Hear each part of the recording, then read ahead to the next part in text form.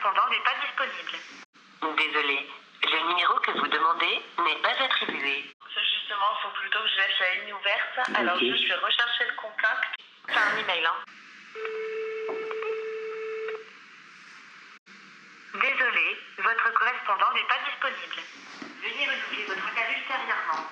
Ok, alors du coup, pour ça, je vais vous rediriger vers le mail de notre directeur de la communication.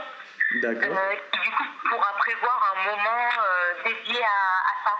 Dans une démarche d'en apprendre plus sur le harcèlement scolaire et la prévention qu'il peut y avoir autour, nous avons décidé de contacter plusieurs numéros verts en lien avec celui-ci. Des collèges où des cas de harcèlement ont été recensés, des associations qui luttent contre ce fléau qu'est le harcèlement scolaire. Beaucoup nous ont malheureusement laissé sans réponse, comme cette petite intro a pu le laisser entendre. Face à ce silence, nous avons décidé d'aller recueillir plusieurs témoignages. Nous avons également effectué un sondage, une vingtaine de professeurs de collèges et de lycées, pour avoir leur avis, leur expérience et leur ressenti sur le harcèlement scolaire. Moi, je suis artiste intervenant ici à la MJC et on m'a demandé de monter des spectacles durant les périodes de centre aéré. On est avant tout, enfin, moi je suis psychologue et puis mes collègues, des psychologues vont devenir. On est avant tout dans la bienveillance. On va pas leur dire non, désolé madame, c'est pas la problématique, donc non, on refuse pas l'appel. D'un point de vue éthique, c'est pas possible.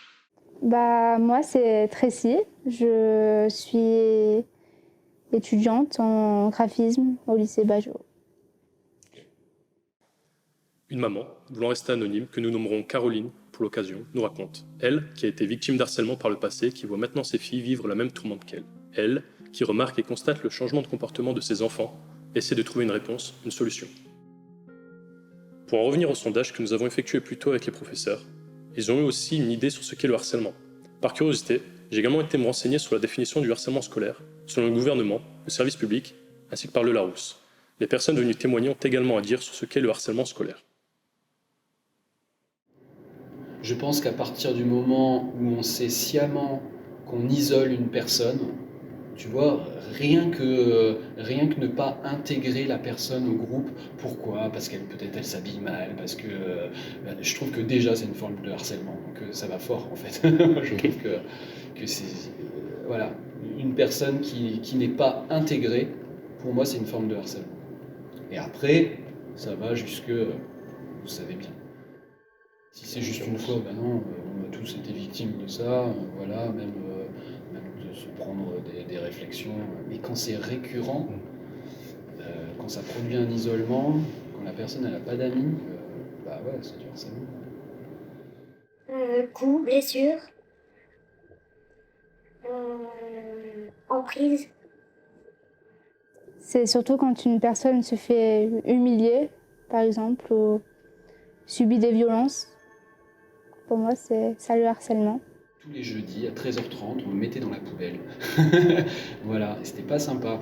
Et j'en ai jamais parlé aux adultes. Pourquoi ? Parce que, et ça m'a beaucoup touché en fait, c'est qu'il y a un de mes potes qui a pris ma défense au bout de la 4e fois et qui a foutu une tarte à celui qui me harcelait. Ça a été vraiment quelque chose, une reconnaissance forte et en même temps le sentiment d'être soutenu et d'avoir, entre guillemets, un petit cocon, un petit réseau, même au sein de mes amis, entre guillemets, quoi. Et du coup, ça rejoint le fait que celui qui est isolé, qui n'a pas d'amis, celui-là, il est vraiment en danger.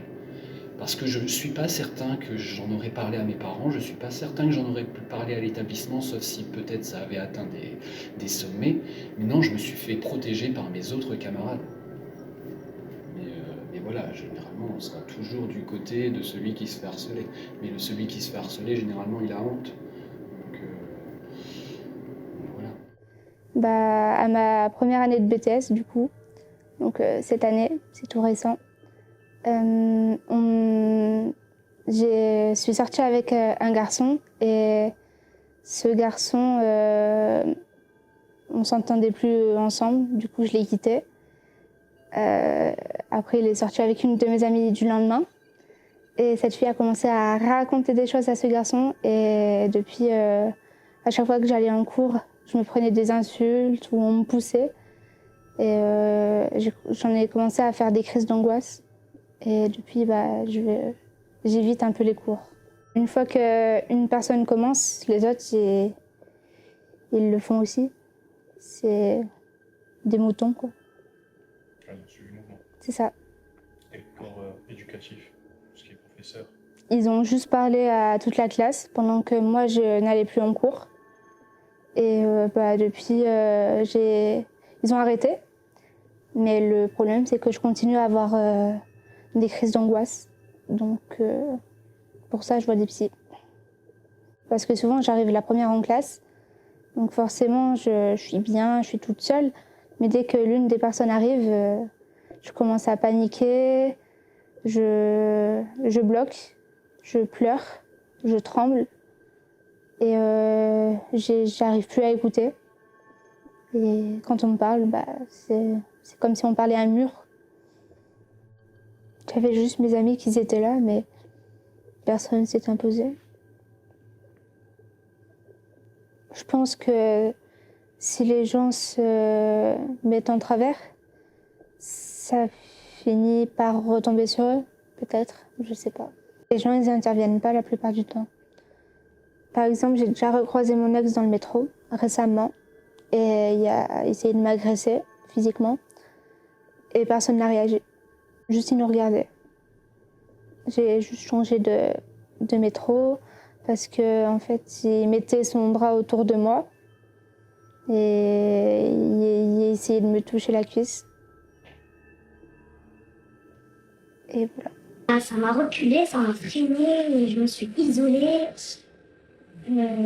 C'était plus sur un groupe de garçons qui s'étaient unis, deux, trois garçons, et du coup, il y a les filles qui étaient là quand même pour me dire t'en occupe pas, reste avec nous. Il faut passer le travail. Et du coup, du fait que je sois harcelée par ces gamins, je me suis sentie exclue totalement de la classe en fait. Il y a eu un déclic, c'est quand je me suis rebiffée. J'en ai eu totalement marre que du coup le gars est venu par derrière pour me prendre mes réponses sur mon cahier. Il voulait à tout prix que je lui donne en fait. Et j'en ai eu tellement marre ce jour-là que il était prêt à me lever la main dessus parce que je lui ai dit non. Et du coup là je me suis rebiffée et je lui en ai mis une de l'autre côté, ça l'a vexé devant toute la classe. On est déjà arrivé, c'est de voir et puis me dire ah on dirait que c'était moi quand j'étais plus jeune. Franchement, elle pourrait me dire que je suis peut-être con, mais j'ai jamais osé aller le séparer. Par exemple, moi je suis d'une autre génération, une des dernières générations qui n'a même pas connu Internet. Donc je suis pas si jeune que ça. Je pense que le harcèlement à mon époque est différent du harcèlement maintenant. Et souvent, en fait, par exemple, on va voir chez les ados la personne qui est toujours en train de manger seule à la cantine, voilà ce genre de choses. Mais c'est pas là que le harcèlement se joue. C'est plus tout d'un coup une sorte de fédération entre les autres élèves qui voient cette personne comme un bouc émissaire et qui vont commencer à la harceler sur les réseaux sociaux. C'est plutôt ça dont on remarque un peu les choses et ça s'envenime. Et le gros problème, c'est que c'est souvent ce qu'on dit un peu à la fin des pièces, comme il y a une sorte de réaction à chaud sur les réseaux sociaux, on se lâche davantage et ça peut prendre des proportions dont on ne soupçonne absolument pas la portée réelle après. Voilà. Je pense que l'impact il est plus fort là aujourd'hui puisque souvent dans ma génération ça venait d'une ou deux personnes. Alors que là en fait le fait d'avoir des réseaux sociaux, ce qui fait qu'il y a un groupe qui se crée et on a l'impression d'être détesté par tout le monde.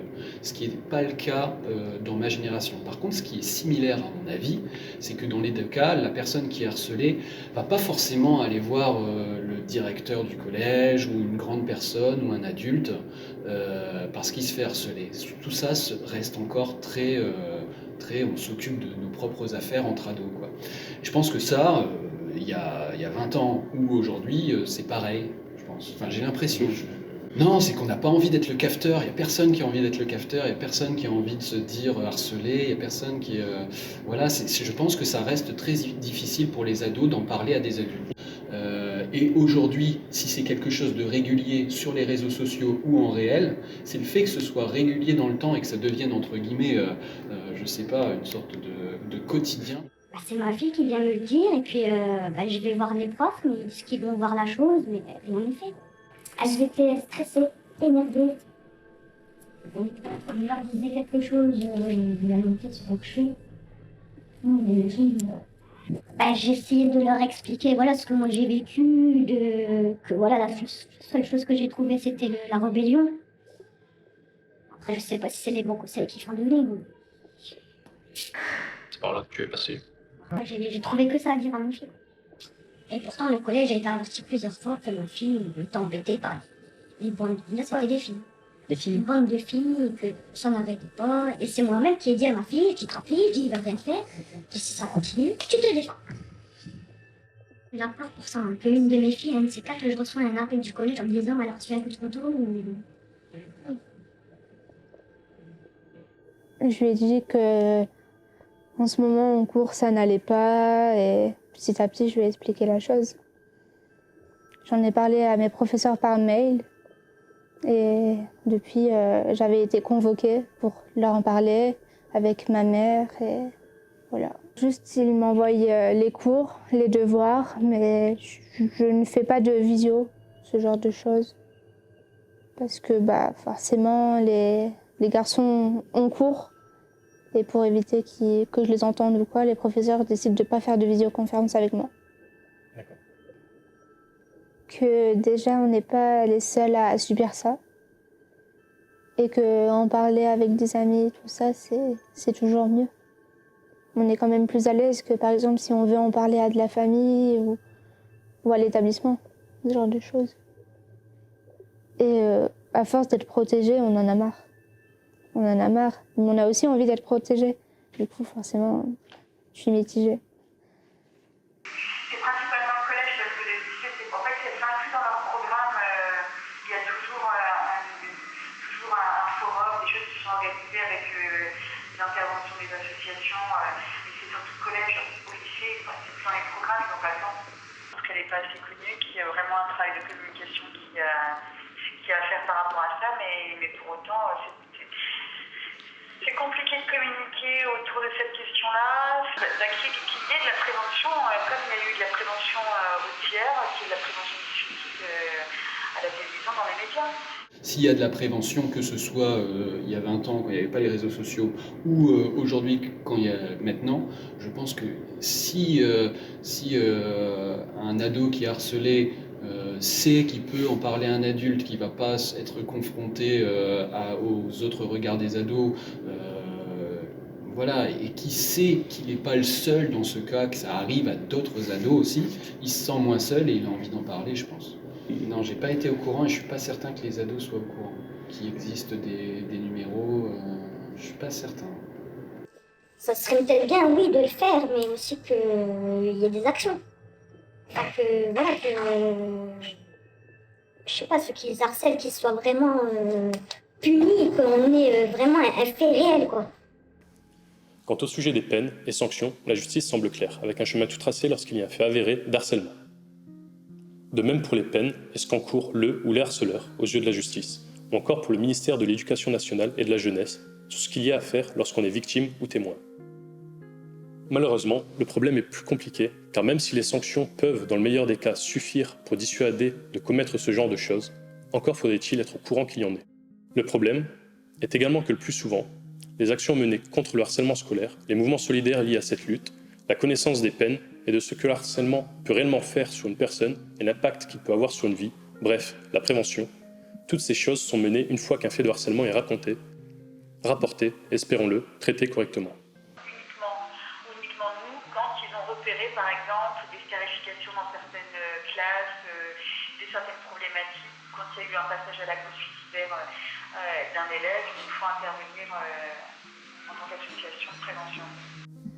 Mais ne faudrait-il pas plutôt s'inquiéter et s'intéresser au fait de parler de ce sujet, d'agir avant qu'un fait soit rapporté au plus vite, dans une démarche d'informer et de sensibiliser les élèves dès le plus jeune âge, plutôt que d'espérer uniquement qu'un élève parle de son possible mal-être déjà présent.